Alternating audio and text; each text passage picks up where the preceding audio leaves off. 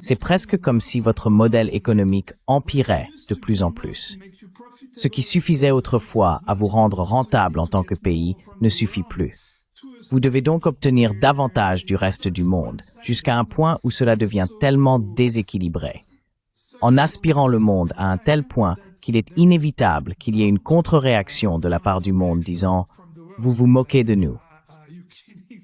Nous sommes littéralement en train de mourir à cause de vous, sous votre emprise. Et en plus, il faudrait qu'on vous paie?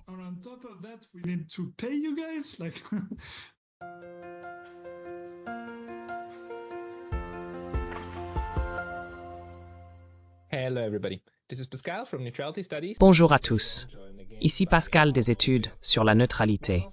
Et aujourd'hui, je suis à nouveau rejoint par Arnaud Bertrand, l'un des meilleurs et des plus profonds analystes politiques sur Twitter X. Beaucoup d'entre vous l'ont probablement déjà vu ici, dans cette émission, et dans quelques autres. Et si vous n'êtes pas encore abonné à son fil Twitter X, je vous le recommande vivement. Il propose toujours des analyses très pertinentes, aussi bien sous forme courte que longue, sur la Chine et le monde. Arnaud, je suis très heureux de te trouver ici, à nouveau. J'ai tellement d'être de retour. Merci Wise. Merci Pascal. Je voulais initialement vous parler, il y a 2 semaines, des droits de douane et de l'autogol que les États-Unis sont en train de commettre avec eux. Mais beaucoup de choses se sont passées depuis. Pourriez-vous nous donner une mise à jour sur la façon dont vous voyez l'évolution de cette saga des tarifs, en particulier vis-à-vis de la Chine et de l'Asie du Sud-Est?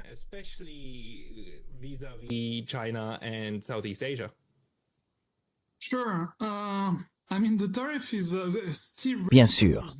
Je veux dire, les droits de douane me laissent toujours perplexe, parce que je n'arrive toujours pas à comprendre pourquoi Trump a fait ça. Et je me demande même si l'administration Trump elle-même sait pourquoi. Parce qu'on entend sans cesse, vous savez, des explications contradictoires, tellement d'explications qui ne tiennent pas ensemble. Un jour, on entend que tout cela concerne la conclusion d'accords et que les droits de douane seront supprimés lorsqu'ils concluront un accord avec tel ou tel pays. Un autre jour, on entend que c'est pour relancer l'industrie manufacturière aux États-Unis.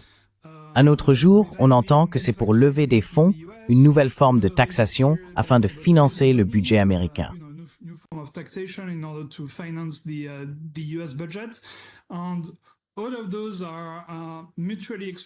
Et tout cela est mutuellement exclusif, n'est-ce pas? Donc, si l'objectif est de conclure des accords et que les tarifs douaniers seront supprimés à un moment donné, alors on ne peut pas relancer l'industrie manufacturière. Car en tant qu'industriel, on n'investirait pas dans une nouvelle usine aux États-Unis en se basant sur les tarifs si l'on sait qu'ils vont disparaître. Dans ce cas, votre plan d'affaires ne serait plus viable commercialement. Donc ces 2 éléments se contredisent, n'est-ce pas? Et j'ai vraiment le sentiment, d'après ce que dit l'administration Trump, que le récit évolue en temps réel. La justification des tarifs évolue en temps réel en fonction, vous savez, des réactions.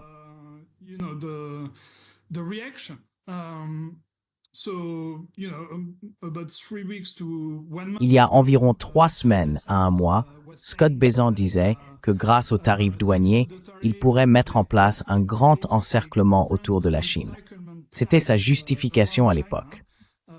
Et tu sais, Bloomberg a publié un grand article à ce sujet. Le plan était d'amener le Japon, la Corée du Sud, enfin les voisins de la Chine, à, sous la pression des tarifs, accepter un accord avec les États-Unis où les États-Unis supprimeraient les tarifs. Et en échange, ces pays feraient moins d'affaires avec la Chine, ce qui affaiblirait ainsi l'économie chinoise. Mais ce que l'on observe, c'est exactement l'inverse. Je veux dire, tu es toi-même au Japon, donc tu sais comment ça se passe.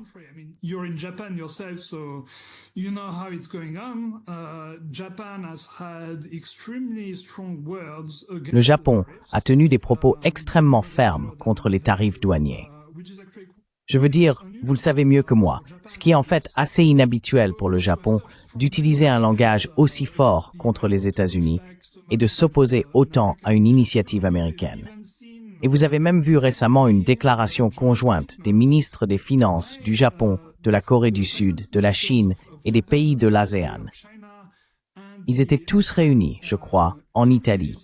Ainsi, les ministres des Finances et les banquiers centraux ont publié une déclaration commune disant en substance « Nous, en tant que région, nous, en tant qu'Asie de l'Est et du Sud-Est, allons agir ensemble pour rendre notre région plus résiliente face à toute cette incertitude commerciale. » C'est donc exactement le contraire d'un plan d'encerclement contre la Chine.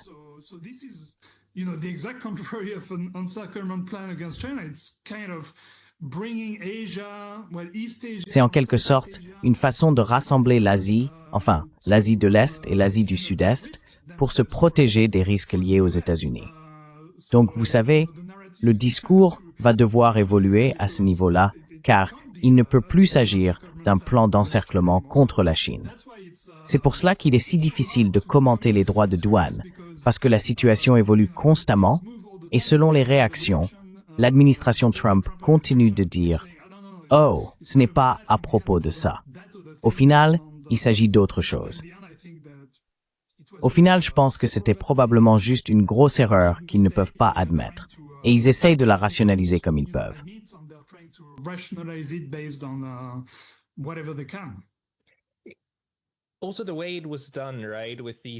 De plus, la manière dont cela a été fait, n'est-ce pas, avec ce calcul très étrange qui était stupide dès le départ, et le fait qu'ils aient dit « Oh, nous allons imposer des tarifs à tout le monde parce qu'ils nous arnaquent, parce que nous avons un déficit commercial avec eux. » Mais vous imposez même 10% à ceux avec qui vous avez un excédent commercial. Donc, évidemment, c'est tout simplement faux. Les déclarations, ce qui soulève la question, est-ce simplement une erreur ou est-ce qu'on nous induit en erreur, n'est-ce pas, et qu'il y a une partie d'échec en 3D ou en 4D en cours? Mais comme vous le soulignez à juste titre, même les Japonais sont désormais très vigilants.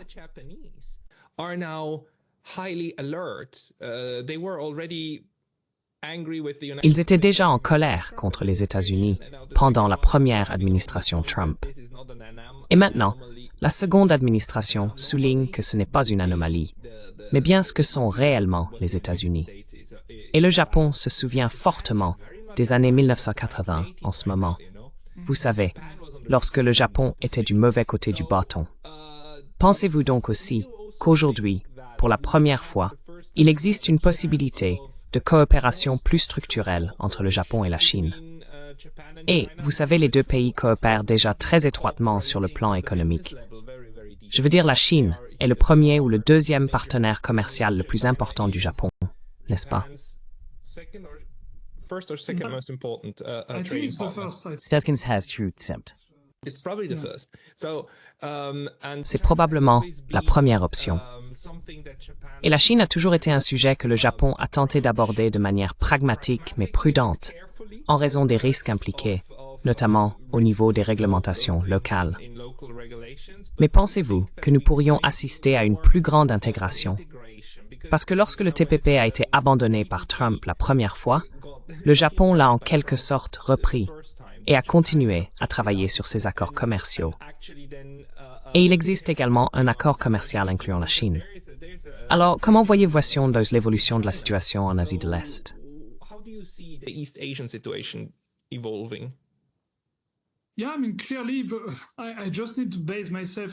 Oui, je veux dire, clairement, je dois simplement me baser sur les déclarations des différents acteurs. Clairement, le Japon ne veut pas être contraint de devoir choisir entre les États-Unis et la Chine, car ce serait suicidaire d'un point de vue économique pour eux, puisque la Chine est leur principal partenaire commercial. Et ce que l'on constate, c'est que plus les États-Unis forcent la main pour qu'ils choisissent, et ce n'est pas seulement le cas avec le Japon, c'est aussi le cas avec beaucoup d'autres pays. Beaucoup de ces pays se disent en quelque sorte « D'accord, si tu me forces à choisir, tu n'aimeras peut-être pas la réponse, parce qu'en réalité, je fais beaucoup plus d'affaires avec la Chine qu'avec toi. » Et tu sais, la Chine est en fait un acteur beaucoup plus stable dans sa relation avec moi.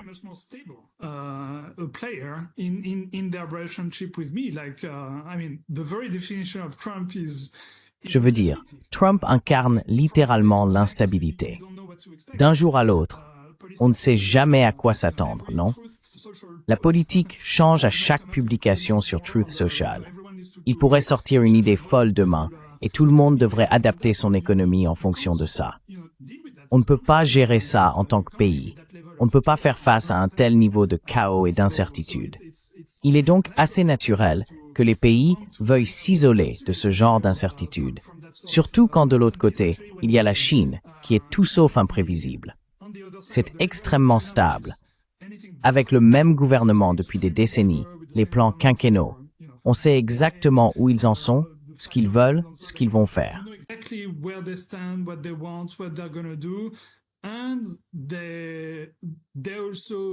Et ils n'ont pas non plus les mêmes conditions. Par exemple, la Chine ne dira jamais au Japon, elle ne l'a jamais dit à personne, vous devez choisir entre nous et les États-Unis. C'est plutôt, vous savez, faites ce que vous voulez. Nous ne voulons simplement pas que vous soyez hostiles envers nous, mais cela ne nous dérange pas que vous soyez amicaux avec les États-Unis. Il y a donc beaucoup plus de flexibilité de ce côté-là que du côté américain. Donc tout cela est un peu.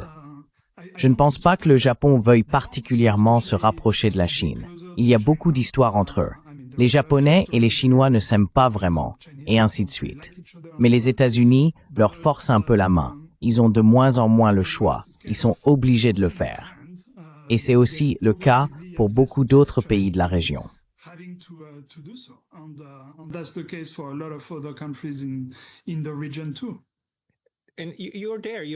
Vous êtes sur place, vous êtes dans la région.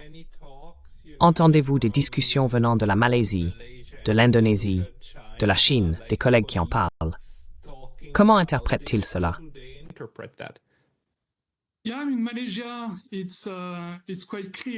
Oui, en Malaisie, il est assez clair qu'il se rapproche également beaucoup de la Chine. Xi Jinping était ici il y a seulement 2 semaines, si je ne me trompe pas. Et j'ai tweeté à l'époque au sujet des déclarations du Premier ministre ici. C'est la déclaration la plus favorable à la Chine jamais faite par un Premier ministre malaisien. C'était même trop, je dirais. Donc c'est assez clair. Le Vietnam se rapproche aussi de la Chine. Récemment, il y a eu le défilé militaire qui incluait des troupes chinoises au Vietnam, ce qui était sans précédent. Et le Vietnam a officiellement reconnu, ce qui était un tabou depuis des décennies, que la Chine avait largement contribué à l'aide pendant la guerre du Vietnam contre les États-Unis. La Chine disait cela, je crois, depuis les années 1990, qu'elle participait à la guerre et aidait le Vietnam. Mais vous savez, au Vietnam, il y avait beaucoup de fierté nationale. On disait non, non, nous avons vaincu les États-Unis par nous-mêmes, et ainsi de suite. Et une guerre en 1969 entre le Vietnam et la Chine. Je veux dire, les relations Wasson. Oui, exactement. Oui, tu as raison. Tu as raison. Mais maintenant, le Vietnam a officiellement reconnu que 300 000 soldats de l'APL étaient effectivement présents et combattaient à leur côté pendant la guerre du Vietnam. Donc on voit beaucoup de signes dans de nombreux pays d'une amitié renforcée, d'une relation plus étroite avec la Chine.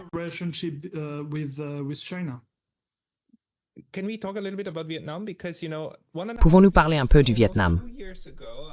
Parce que, vous savez, il y a 1 an et demi, presque 2 ans, Biden était à Hanoï, n'est-ce pas? Et il célébrait ce nouveau partenariat stratégique avec le Vietnam, allant même jusqu'à serrer la main d'un responsable du parti, qui à l'époque était dans les tranchées à combattre les Américains. Et vous savez, l'administration Biden semble, en plus de tout le reste qu'ils ont oublié, avoir complètement oublié qu'ils sont ici en train de nouer un partenariat stratégique avec le Nord-Vietnam, n'est-ce pas? Le gouvernement actuel du Vietnam, c'est le gouvernement du Nord-Vietnam. Et ils étaient tous sourires, tous heureux.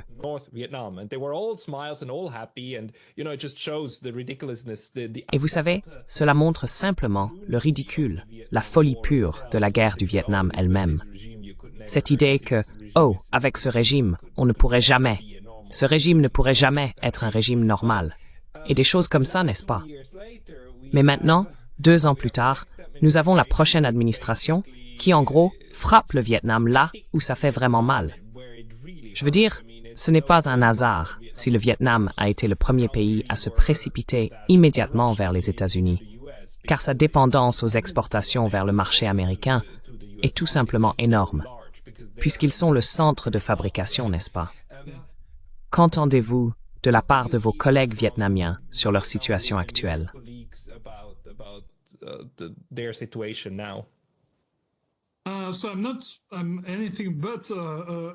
Je ne suis pas du tout un spécialiste du Vietnam et je n'ai pas de collègues vietnamiens. Je me contente essentiellement de suivre l'actualité. Et je ne pense pas qu'il ait jamais été possible pour le Vietnam de choisir entre les États-Unis et la Chine. Je pense que le Vietnam a toujours été très habile pour se positionner au centre entre les États-Unis et la Chine, sans antagoniser l'un ou l'autre. Mais c'est la même situation que celle dont nous parlions tout à l'heure avec le Japon, avec ces mesures extrêmement hostiles des États-Unis de la part de Trump. Je crois que le Vietnam faisait partie des 5 pays les plus touchés par les droits de douane. Le premier après le jour de la libération, si je me souviens bien.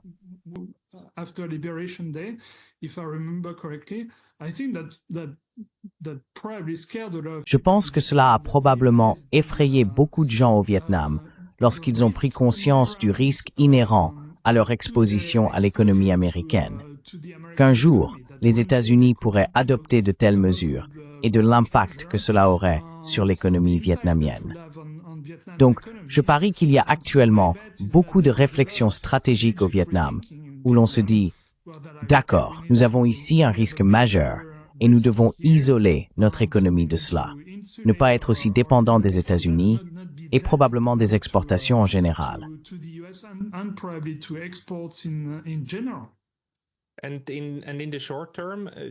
Et à court terme, le problème, c'est que ces liens commerciaux, bien sûr, prennent du temps à se construire. Et une fois qu'ils sont en place, je veux dire, ça fait vraiment, vraiment, vraiment mal. Aussi en Malaisie, où vous vous trouvez, voyez-vous des stratégies d'atténuation pour essayer de gérer cela? Et même aux États-Unis, nous ne sommes pas encore tout à fait sûrs des impacts, car il y a un délai d'environ 2 ou 3 mois entre le moment où, vous savez, les tarifs commencent à faire mal, et celui où nous voyons certaines entreprises américaines développer réellement des stratégies. Qui était-ce, Microsoft, qui a dit qu'ils allaient augmenter les prix de leurs appareils à l'échelle mondiale, afin de compenser, vous savez, un peu la douleur pour le consommateur américain. Parce qu'en réalité, les tarifs ne frapperaient que les États-Unis. Mais on peut atténuer cela en augmentant les prix partout. Mais voyez-vous des stratégies que les entreprises d'Asie du Sud-Est mettent en place en ce moment?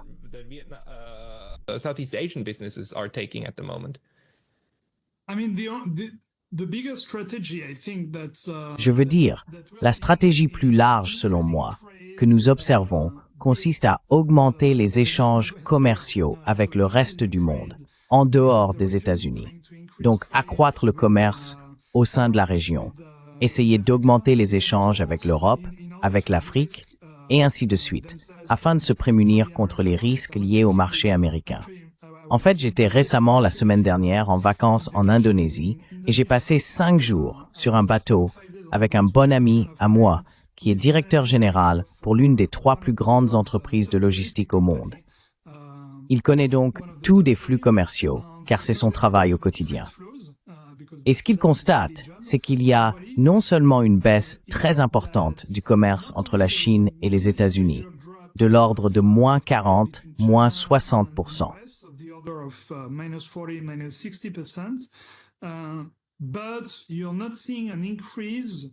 Mais on ne constate pas une augmentation, un contrepoids venant d'autres pays.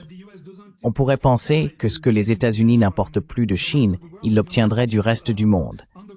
Mais ce n'est pas ce qu'on observe. Au contraire, la baisse des échanges avec les États-Unis semble assez généralisée. Et ce qu'il dit, c'est qu'en Malaisie, il existe des directives pour ne pas faire cela spécifiquement. Ils ne veulent pas le faire. Ils ne veulent pas, vous savez, que des entreprises chinoises fassent transiter leurs produits par la Malaisie, les rendent malaisiens, puis les envoie aux États-Unis. Et globalement, ils ne veulent pas augmenter leur exposition au marché américain, car cela les placerait dans une situation plus risquée dans l'ensemble. Donc je pense que c'est la réflexion stratégique dans la plupart des pays.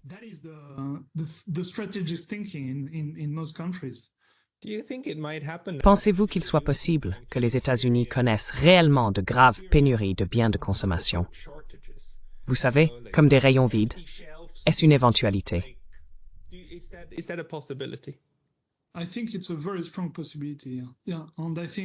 Je pense que c'est une possibilité très forte. Oui, et je pense que cela va arriver bientôt. Je pense probablement, enfin si je me souviens bien, le jour de la libération était le 2 avril. Et vous savez, il faut environ 1 mois pour que ces cargos arrivent. Donc je pense que nous commençons à entrer dans la période où la baisse, petit à petit, du transport maritime va commencer à se voir sur les rayons des magasins. Si ce n'est pas cette semaine, si ce n'est pas la semaine prochaine, peut-être la semaine d'après. Je ne vois pas comment on peut éviter cela, avec une baisse de 40 à 60% du transport maritime en provenance de Chine, puis une baisse du transport maritime du reste du monde. C'est presque mathématique. Vous verrez un impact.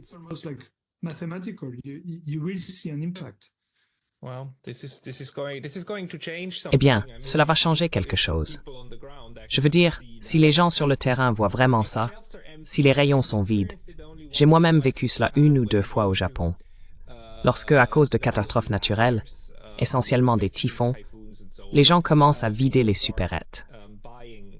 Et si vous entrez dans une supérette ou un magasin et que la plupart des rayons sont vides, cela vous marque. Vous ressentez une légère peur parce que vous réalisez « Bon sang, où vais-je pouvoir en trouver ailleurs qu'au magasin ?»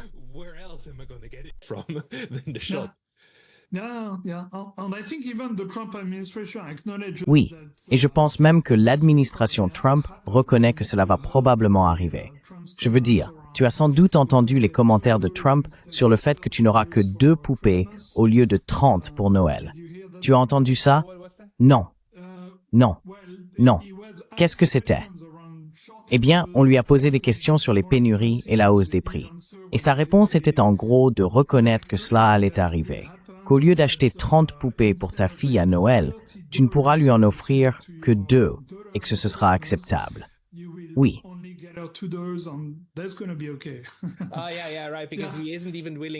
Oui, c'est ça, parce qu'il n'est même pas prêt à accorder une exemption aux fabricants de jouets. Je veux dire, il s'en prend même au secteur du jouet. Ce n'est qu'une des nombreuses politiques que, pour ma part, je ne peux interpréter autrement que comme les États-Unis renonçant à ce qui leur reste de soft power. L'autre point sur lequel j'aimerais avoir ton avis, c'est ce que l'administration Trump fait dans le secteur de l'éducation. Je veux dire, le durcissement envers les étudiants étrangers. Parce que c'est un fait qu'il faut reconnaître. Même les cadres chinois continuent d'envoyer leurs enfants dans les écoles américaines parce qu'elles sont tout simplement les meilleures. Le système d'enseignement supérieur est considéré comme le meilleur. Je veux dire, ils offrent vraiment une très bonne éducation, non? Pour beaucoup d'argent, certes, mais ils offrent une bonne éducation. Et maintenant, cela aussi, à mon sens, semble être en train de changer. Qu'en penses-tu?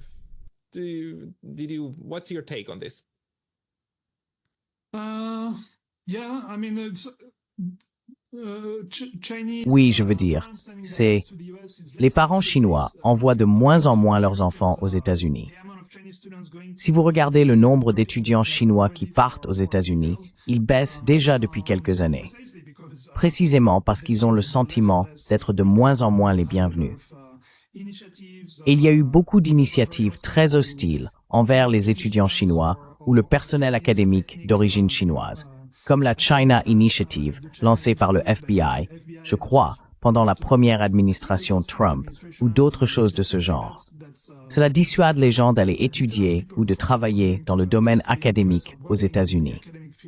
En même temps, les institutions académiques chinoises deviennent de plus en plus performantes.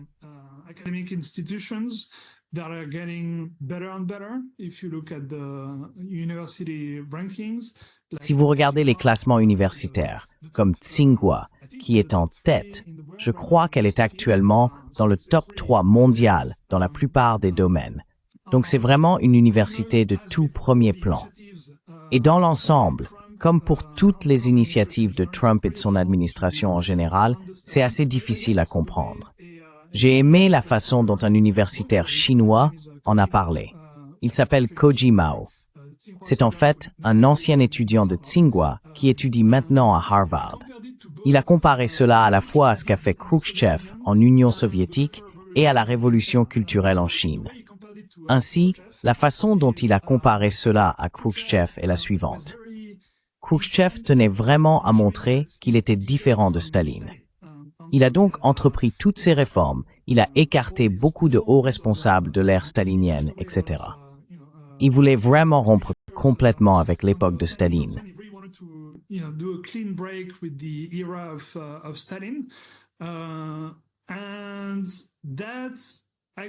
Et c'est précisément cela qui a déclenché la rupture sino-soviétique. Car cela signifiait qu'il n'y avait plus d'unité idéologique entre la vision chinoise du communisme et celle des soviétiques. Lorsqu'il n'y a plus eu de communion idéologique, la rupture s'est produite. D'une certaine manière, c'est ce que nous observons avec Trump. Il veut clairement rompre radicalement avec le passé, avec Biden, avec tous les anciens présidents américains, et il les insulte tous copieusement.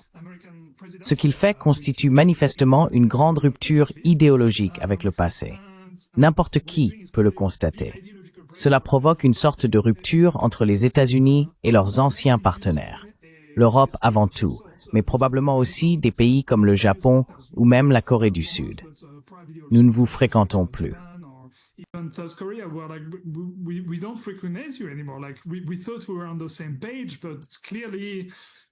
Nous pensions être sur la même longueur d'onde, mais clairement, non. Nous avons une compréhension du monde très différente de celle dans laquelle nous devrions vivre à ce stade. Peut-être de façon ironique, la Chine est probablement aujourd'hui un meilleur défenseur des principes et de l'idéologie que les États-Unis défendaient autrefois. Par exemple, qui défend l'OMC, l'ONU, les règles internationales, et ainsi de suite. La Chine les défend plus que Trump. C'est assez factuel. Donc c'est vraiment étrange. Voilà pour un point. Et puis il y a eu la comparaison avec la révolution culturelle, où ce que Mao a fait à l'époque, c'est qu'il a pris des personnes extérieures au système politique, et il a aussi essayé de rallier la population à sa cause pour lutter contre le système, contre les élites.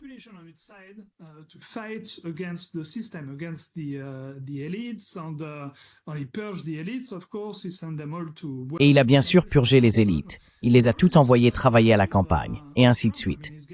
Et il y a aussi un peu de cela avec Trump. Je veux dire, il fait venir des personnes extérieures, comme Elon Musk, ou Kennedy, qui est en quelque sorte un outsider dans le domaine de la santé, ce genre de profil. Et il essaie aussi constamment de rallier sa base MAGA en s'adressant directement au peuple pour les amener à lancer un mouvement qui change l'Amérique, comme une véritable révolution culturelle d'une certaine manière. Mais probablement, comme la révolution culturelle en Chine, il y a beaucoup de mouvements, beaucoup d'enthousiasme, mais concrètement, pas beaucoup de choses qui font réellement progresser les conditions de vie du pays.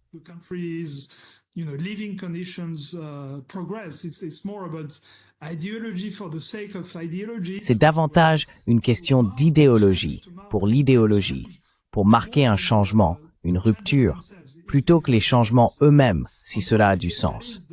Et c'est probablement cela qu'on retiendra surtout de la présidence Trump.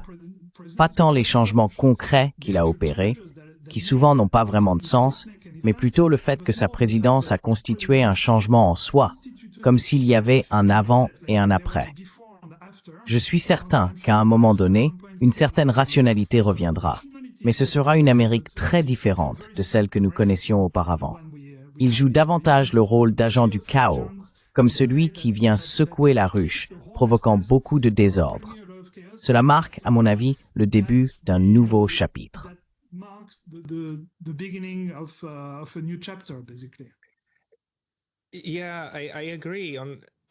Oui, je suis d'accord. D'un autre côté, j'ai constamment à l'esprit l'argument que Brian Berletic avance sur The New Atlas, qui est en gros, les gars, laissez tomber. Tout cela n'est qu'une façade. Vous savez ce que nous voyons dans l'ensemble? C'est une continuité de l'agenda d'Obama à Trump une fois, puis à Biden, puis à Trump une deuxième fois. Ce que nous voyons, c'est une volonté constante, par exemple en ce qui concerne l'Ukraine, de militariser l'Ukraine et de l'utiliser de différentes manières, sous différentes formes, avec des récits différents. Mais cela a aussi continué pendant la période Trump. Also during the Trump period, Trump is the one that already escalated. Trump est celui qui a déjà intensifié les choses en Asie de l'Ouest, en reconnaissant le plateau du Golan comme faisant partie d'Israël. Donc, dans l'ensemble, ce que nous voyons, c'est simplement une version différente, une saveur différente, essentiellement du même scénario. Et bien que Trump fasse semblant de s'attaquer à certaines parties de l'État profond américain, il ne touche pas là où ça fait mal. Il ne touche pas au secteur financier, n'est-ce pas? Pas du tout. Il soutient le secteur financier, qui a vidé une grande partie de l'utilisation productive du capital américain, n'est-ce pas? Je veux dire, le capital n'est plus alloué aux entreprises, parce que le secteur financier est tout simplement plus... Le casino de la finance est plus rentable pour les financiers, n'est-ce pas? Pour la classe des rentiers. Qu'en penses-tu? What's your take on that?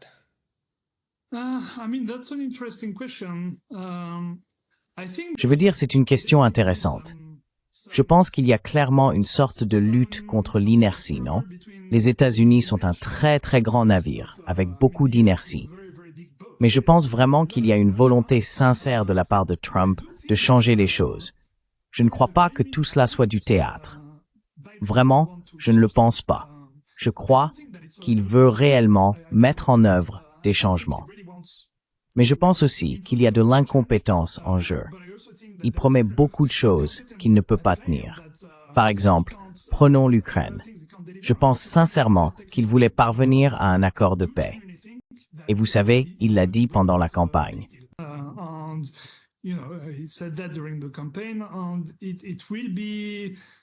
Et je ne vois pas comment il aurait pu dire « Je veux un accord de paix maintenant » sans reformuler, car cela aurait été un énorme embarras pour lui, n'est-ce pas? S'il n'avait pas tenu parole, ce qui est probablement ce qui se serait passé, alors il ne l'aurait pas dit. Il n'aurait pas dit « Je vais régler ça rapidement, en 24 heures », et ainsi de suite. Je pense qu'il y a une véritable intention derrière cela. Mais ensuite, quand on regarde la façon dont il s'y est pris, cela a semblé extrêmement amateur. Il a envoyé un seul type, Vitkov, à Moscou, un homme qui n'était même pas un négociateur professionnel, qui n'a tout simplement pas le profil pour négocier ce genre d'accord.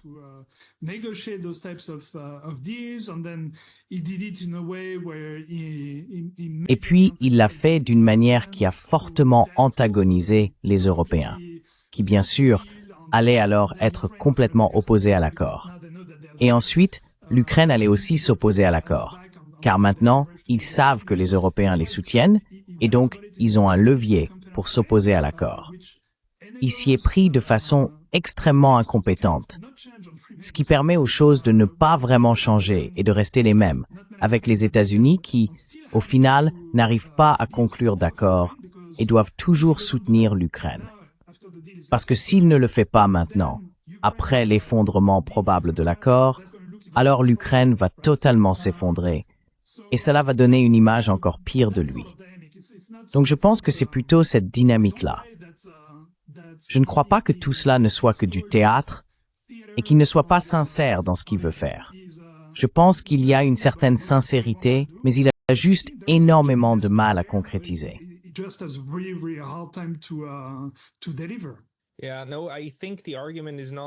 Oui, non.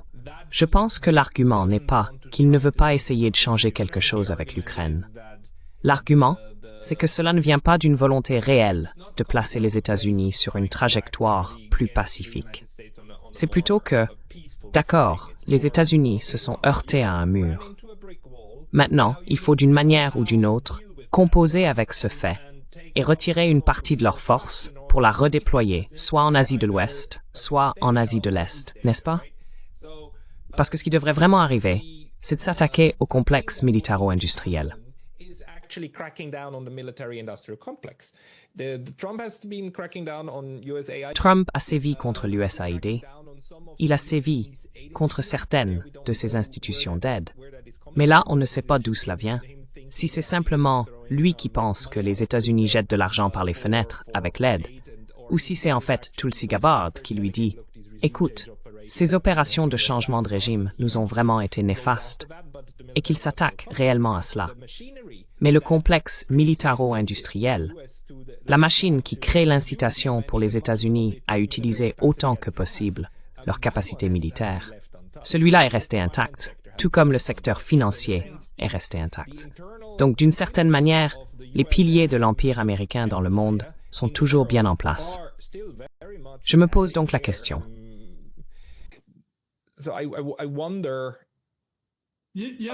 Oui, donc je veux dire, il y a un peu de « on veut le beurre et l'argent du beurre ». C'est bien ça l'expression? Nous voulons le beurre et l'argent du beurre. Nous voulons tout avoir sans rien perdre.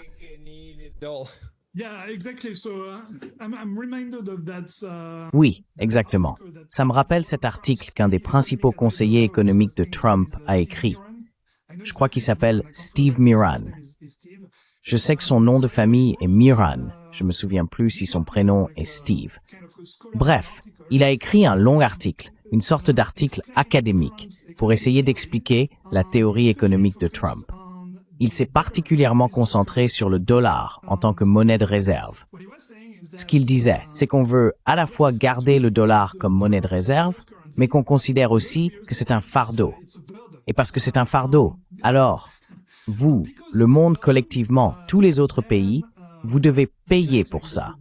Payer pour votre utilisation du dollar, nous rémunérer pour ce fardeau. Et c'est pour ça qu'on met en place les tarifs douaniers, etc.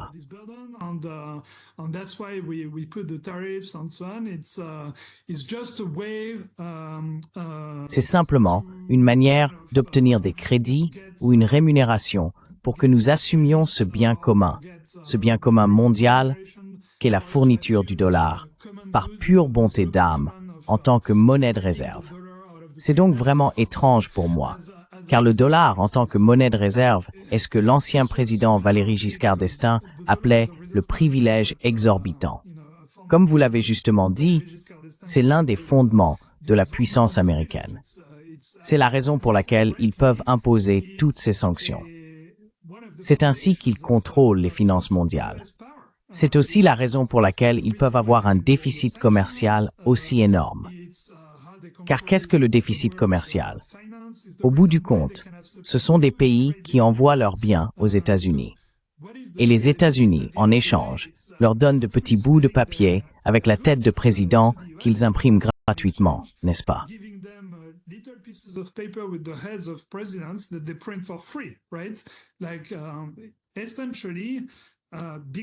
Essentiellement, parce que le dollar est la monnaie de réserve mondiale, une grande partie de ce que les États-Unis importent du reste du monde leur revient en quelque sorte gratuitement, car ils peuvent imprimer autant de dollars qu'ils le souhaitent sans risquer de crise de liquidité.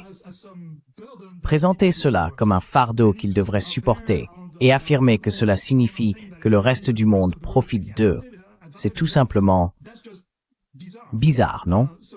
Il y a donc cette forme de dualité où l'on comprend en partie les fondements de la puissance américaine. Oui, le dollar comme monnaie de réserve est très important pour nous. Mais en même temps, ils considèrent aussi cela comme un fardeau. C'est donc étrange.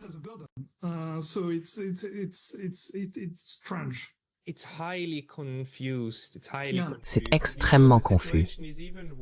C'est extrêmement confus. Et vous savez, la situation est encore pire parce qu'ils n'envoient même plus les petits billets avec les portraits de présidents à l'étranger. C'est vraiment juste une ligne dans un tableur dans une banque américaine, en général, non? Exactement. En échange de vraies choses que vous possédez. Et c'est cela qui crée la richesse matérielle. Oui, exactement. Mais cela va de pair avec toutes ces autres interprétations étranges de ce qui se passe. Je veux dire à ce stade, Nous savons qu'il s'agit d'une guerre par procuration en Ukraine. Et d'ailleurs, je vais faire une émission à ce sujet. Je vais arrêter de l'appeler une guerre par procuration. Je vais l'appeler une guerre d'implémentation.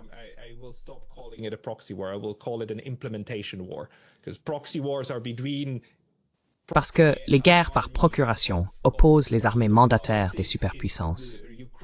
Ici, l'Ukraine joue le rôle de partenaire d'exécution ou de victime d'exécution d'une stratégie de longue date contre la Russie. Et elle est aussi, en quelque sorte, dirigée. Nous savons, le New York Times nous l'a révélé dans 2 articles, nous savons maintenant, que tout cela était même piloté par les États-Unis depuis l'Allemagne, n'est-ce pas? Et cela résout un grand problème, le problème de la guerre du Vietnam, à savoir que les États-Unis ont finalement dû battre en retraite parce qu'ils avaient perdu trop de soldats, n'est-ce pas? L'argent, c'est une chose, mais perdre du sang en est une autre. Les États-Unis ont donc dû trouver comment utiliser leur argent pour obtenir le sang des autres.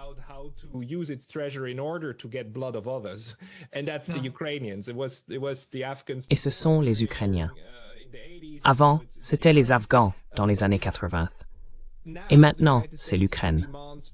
Mais aujourd'hui, les États-Unis exigent même un paiement de la part de l'Ukraine, après avoir fait appliquer ces politiques par leurs partenaires de mise en œuvre.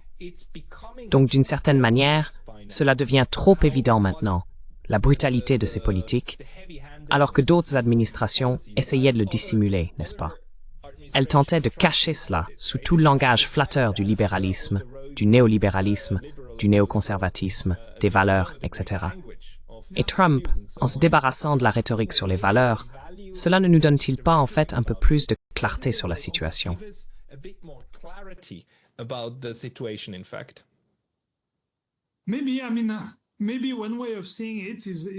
Peut-être.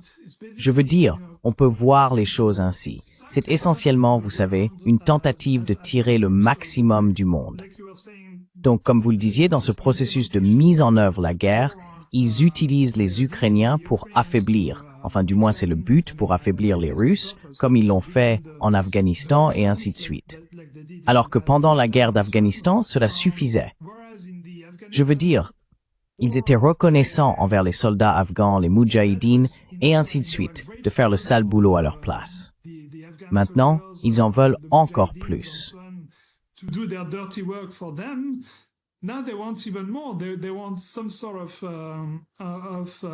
Ils veulent une sorte de représailles de la part des Ukrainiens pour cela.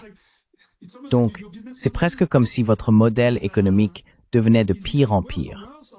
Ce qui suffisait autrefois à rendre votre pays rentable ne suffit plus, et vous devez donc obtenir davantage du reste du monde, jusqu'à un point où il devient évident que c'est totalement à sens unique. Vous épuisez tellement le monde qu'une contre-réaction mondiale est inévitable, disant « Vous vous moquez de nous ? Nous sommes en train de mourir, littéralement, à cause de vous sous votre joug, et en plus, il faudrait encore vous payer ?» Oui, c'est ça.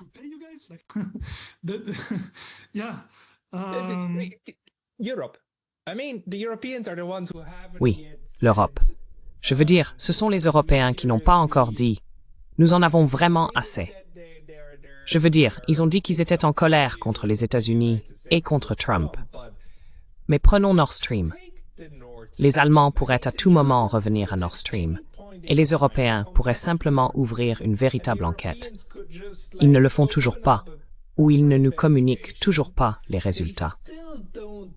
Nous savons que les Suédois et les Danois ont enquêté, mais ils ne nous disent pas ce qu'ils ont trouvé.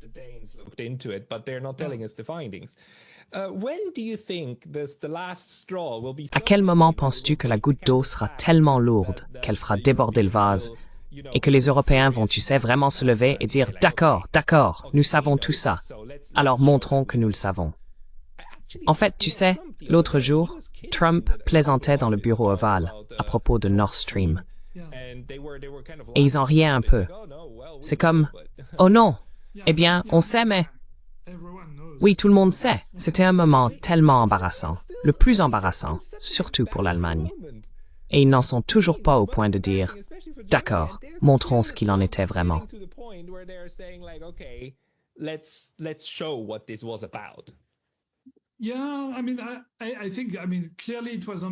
Oui, je veux dire, je pense que c'était clairement embarrassant. Mais la partie la plus embarrassante, selon moi à l'époque, du point de vue de l'Allemagne, aurait été de dire que les gars que nous considérons comme nos partenaires, avec qui nous combattons côte à côte, sont ceux qui ont fait ça. Donc, ce qui était embarrassant pour eux, ce n'était pas tant le fait que leur infrastructure critique ait été détruite, même si c'est grave, mais le fait que ce soit leur ami qui ait fait ça, celui qu'ils veulent présenter comme leur ami, n'est-ce pas? Et c'est pour ça, je pense, qu'ils ne l'ont pas dit.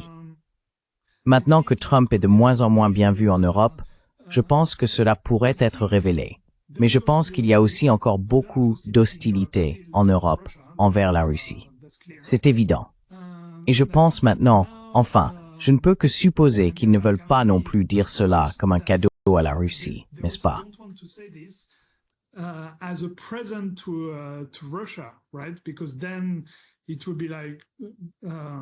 Parce qu'alors, ce serait comme instaurer une rupture, peut-être une rupture définitive, au sein de l'Occident, en disant « D'accord, les États-Unis ont effectivement commis un acte de guerre contre nous. » C'est très grave, ce qui serait un peu comme lors d'un divorce.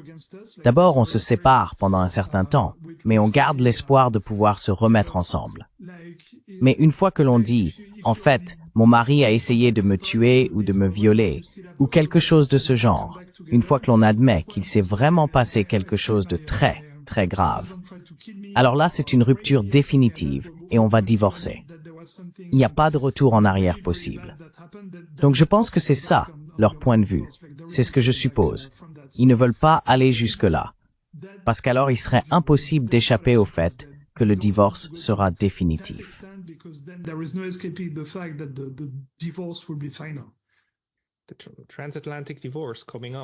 Le divorce transatlantique approche. Nous verrons combien de temps cela prendra encore. Dernière question, et pour nous ramener en Asie. Le 26 avril, il y a eu une grande manifestation à Taipei contre le gouvernement de William Lai. Et je crois que vous avez aussi tweeté à ce sujet.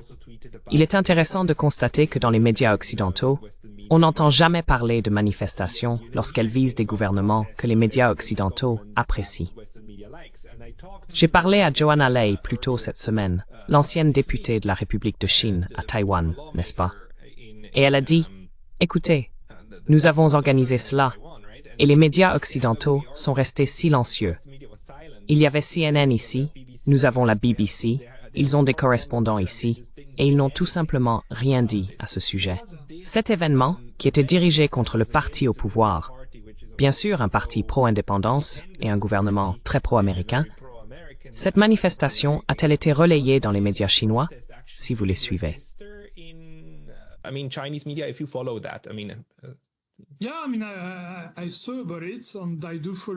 Oui, enfin, j'ai vu ça, et je suis pas mal de Taïwanais aussi. Et je remarque, du moins chez les Taïwanais que je suis, un changement d'état d'esprit assez rapide.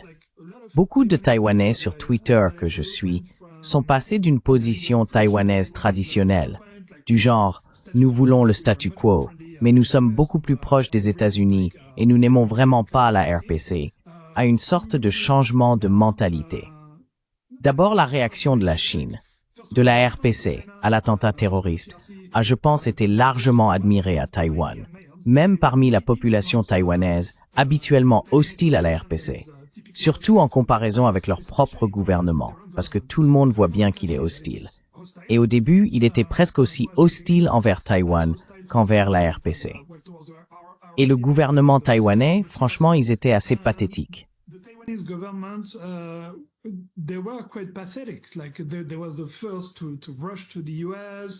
Par exemple, ils ont été les premiers à se précipiter aux États-Unis.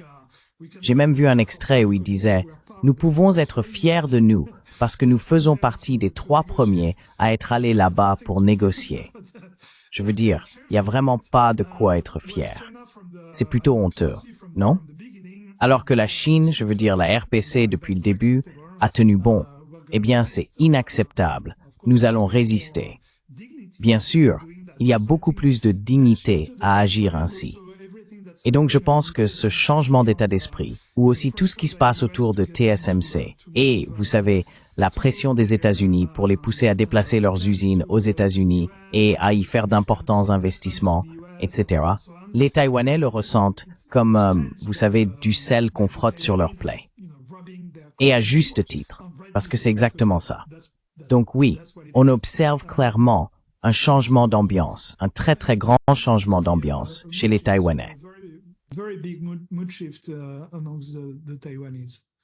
Interesting. I mean, that would be a Intéressant. Je veux dire, ce serait une chose positive, car le pire, c'est la confiance aveugle envers les États-Unis, et ensuite on finit comme l'Ukraine. Nous devons éviter que Taïwan ne devienne l'Ukraine de l'Asie de l'Est, n'est-ce pas? C'est le pire scénario possible. En tout cas, c'était très intéressant, et tes analyses sont toujours formidables. À tous, je recommande vraiment, allez sur Twitter et trouvez Arnaud Bertrand. Le lien sera dans la description. Et nous reparlerons bientôt. Arnaud, merci beaucoup. We'll talk soon again. Arnaud, thank you very With much. pleasure. Merci Pascal.